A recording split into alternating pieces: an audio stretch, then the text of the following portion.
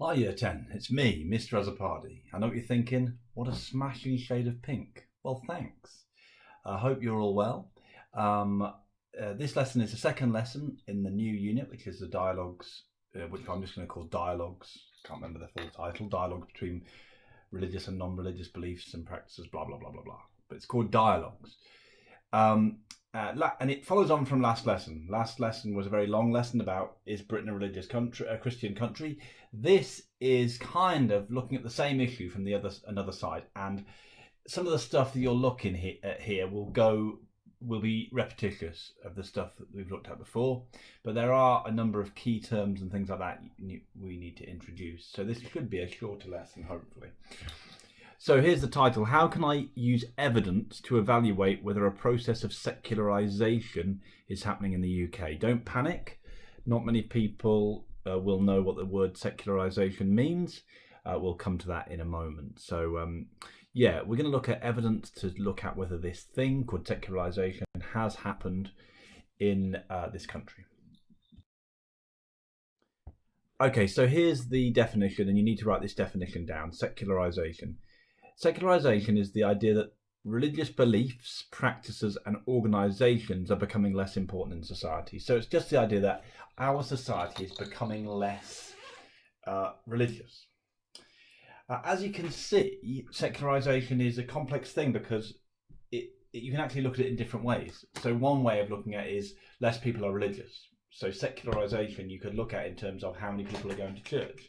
How many people, when you survey them, believe in religious things. Practices: how many people are praying, how many people are getting baptized, how many people are getting married in church. So that practices are things they do. Organizations: you could look at how powerful the Christian church is. Does it have a political influence in our country? Does a Christian church have lots of involvement in other areas of our life? Is it involved in education, in healthcare, and things like that? So there are different ways you can look at it, and a country could be secularized in one way. For example, it could be that not very many people believe in the religion anymore, but it could still be that the religious organization has some power. For example, some people might say that in this country. Some people might say, well, in this country, less and less people are becoming religious, are Christian, so we are secularised in that way, but still the Church of England has quite a lot of power. We saw last time that Church of England bishops sit in the House of Lords, so that would indicate that there is still some power with the church. So it all depends, I suppose. When you're looking at secularisation, there's different ways in which you can measure whether a country is becoming secularised. And I put that question down there. That would be the discussion question we had in lesson, but I kind of have raised that already. Okay, these are some key terms that you need to know from the exam board, the challenges that face religion today. So these are some of the reasons why, if we are becoming a more secular country, and I think most people would say that we are, I'll just give you from my perspective. When I was at school and I studied the sociology of religion in my A-level sociology, we studied secularisation a great deal, and what I think when I was at school, there was a kind of expectation that secularisation was going on, and it would just carry on and carry on and carry on until we were a completely non-religious country. The interesting thing is that hasn't happened. We're probably, although less people go to church than when I was at school, religion probably plays a bigger role in public life. Discussions and debates about religion are quite important today, in a way I don't think they really were when I was growing up. So I think few people would doubt that we are becoming secularised to some extent, but we perhaps haven't become secularised as much as people predicted, like 20 years ago. Or more. Man, I'm really old. So I want to go through these key terms. You need to have note of these key terms. So the idea is that if a process of secularisation is happening, there are certain causes of that process of secularisation. So let's go through them. Number one, rationalisation. So developments in science have made people believe that rational thought, that's thinking logically, and empirical evidence are the best ways to understand the world. Empirical evidence is evidence from your senses. So the idea is that some people believe that this causes a lack of belief in religion, because religion is based on faith. belief in things that you can't see directly. And so the idea is, as we become a more scientifically minded society, the influence of religion goes down. The more people believe in religion, the science, the less they believe in things that can't be proved scientifically, like the existence of God. And that's a process that probably began in the Enlightenment, which is, oh, my history's so bad, 17th century, 16th, 17th century, something like that. And then continued, and the rise of science came from there. And so all those things mean that today, people are raised to think that the best way to find out about the truth about things is using evidence. And so that makes people less likely to be religious.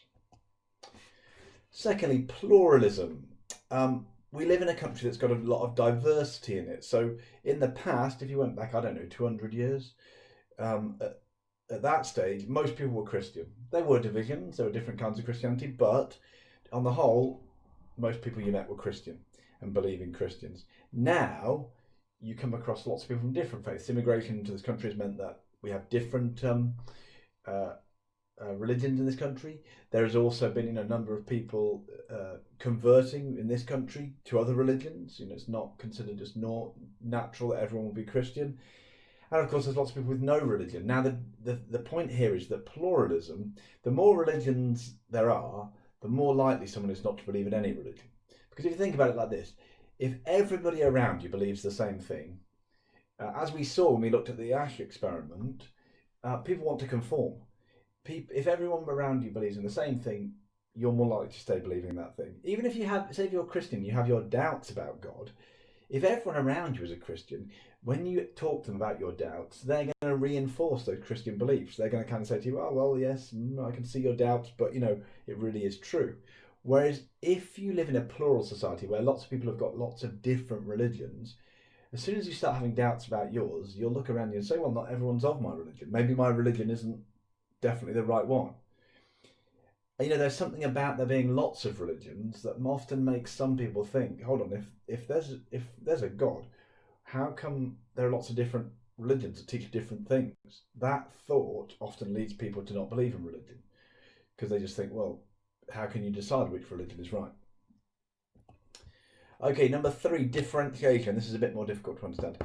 So in the past, the church controlled many parts of society. So you go back 200 years or so, education, most schools are church schools.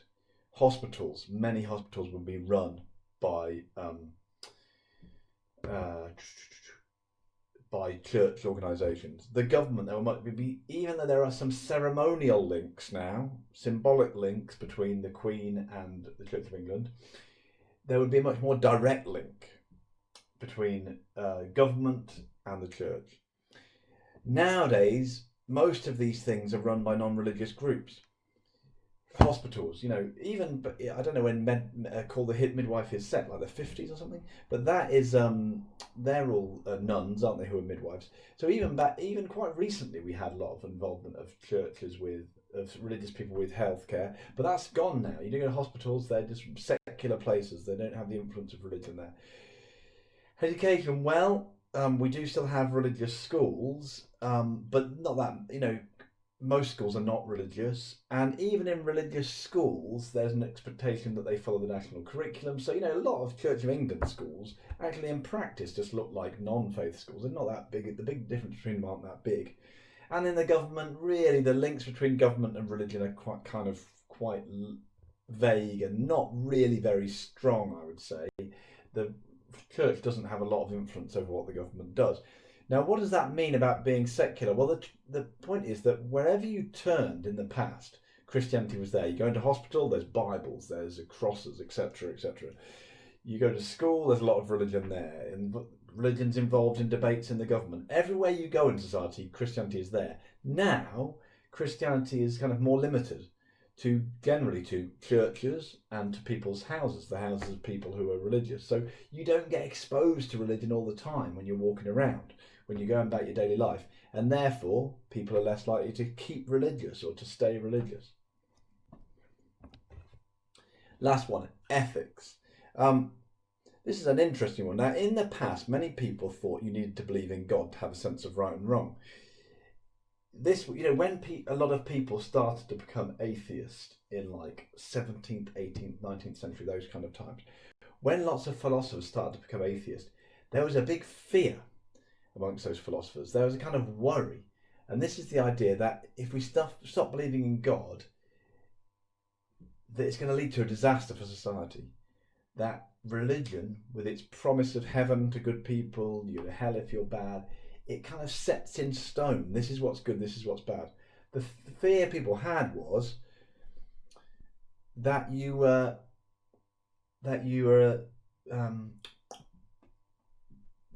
when people weren't told by their religion, didn't believe in religion, and weren't told by religion what was right and wrong, they would just go crazy and start doing anything, because they would just think, well, if there's no God, then there's nothing that's not allowed. I can do whatever I want. Now, for a number of reasons, so that would have been a reason why religion might have stayed influential. If people thought, even if they didn't believe in religion, that we need religion, then religion might have stayed very influential in society. But modern philosophy and science have challenged this idea by arguing that morality developed through evolution. So people like Richard Dawkins, a big critic of religion, claims that actually we have evolved a sense of right and wrong. So his point is people actually feel a sense of right and wrong, and that comes from evolution. There's something about us that evolved to believe in helping others, to believe in fairness and justice and not harming other people, not killing and so on. That doesn't mean we never do those things. The human race doesn't ever do those things, but it means that there is this deep down, this belief in us that those things are wrong, and that just comes from evolution. So from those people, and that's quite common now, that belief. And so it would just be another reason why we don't need religion. Another reason why we don't need religion. People would say, oh well, religion. We don't need religion to be good people. It just comes naturally. People are naturally have evolved to be moral people, so we don't need religion to tell us. And it's interesting because in the past, say my parents' generation, so there's quite a lot of people in that generation who weren't religious themselves, but who still sent their kids to church and to Sunday school and all those things in order to give them a sense of right and wrong. So that idea of religion is a helpful thing to give you a sense of right and wrong was pretty dominant. I think that's kind of disappeared in my generation. People don't think that you need to be religious to know about right and wrong. They just think, well, it's just somehow natural to human beings, and so we don't need religion. There's no point in it. In fact, nowadays, because of things like scandals that happen in the church, and things like the church's views on homosexuality and those kind of things, some people think, well, it's better to it's more moral not to be religious. Religious actually gives you a bad set of ideas about right and wrong.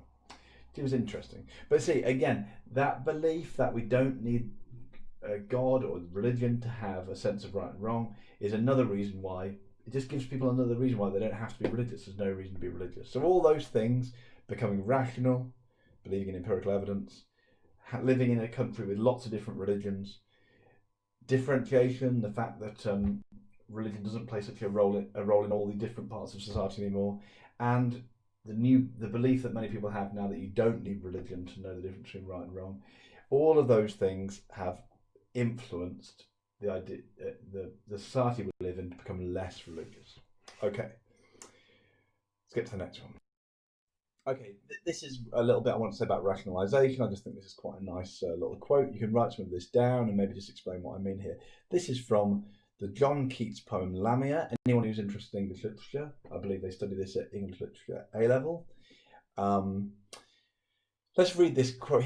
Let's just read the poem. It's a long poem, but this is just a section of it. He says, "Do not all charms fly at the mere touch of cold philosophy?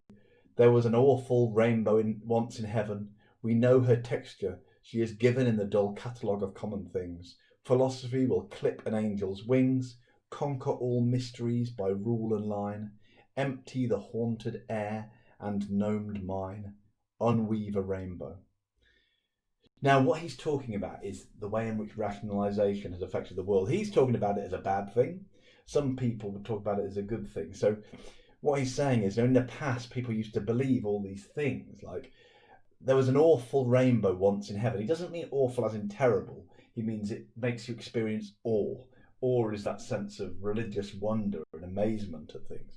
So he's saying that there was once, we used to see a rainbow and think it was a sign from God. It was just this beautiful thing. But now it says we know her texture. She is given in the catalogue of the dull catalogue of common things. In other words, scientific thought has reduced the majesty of rainbows to just like a bunch of facts. We now know that, I don't know how it works.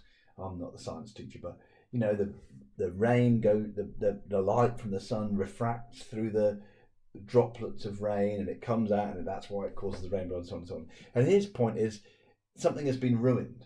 We used to believe in like magic and mystery, and now that mystery's gone.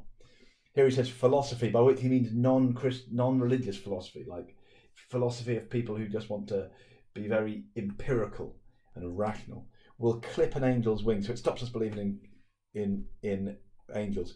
Conquer all mysteries by rule and line. So instead of having mystery in the world, we measure everything, and we try to get a sense, put it into numbers and know it completely.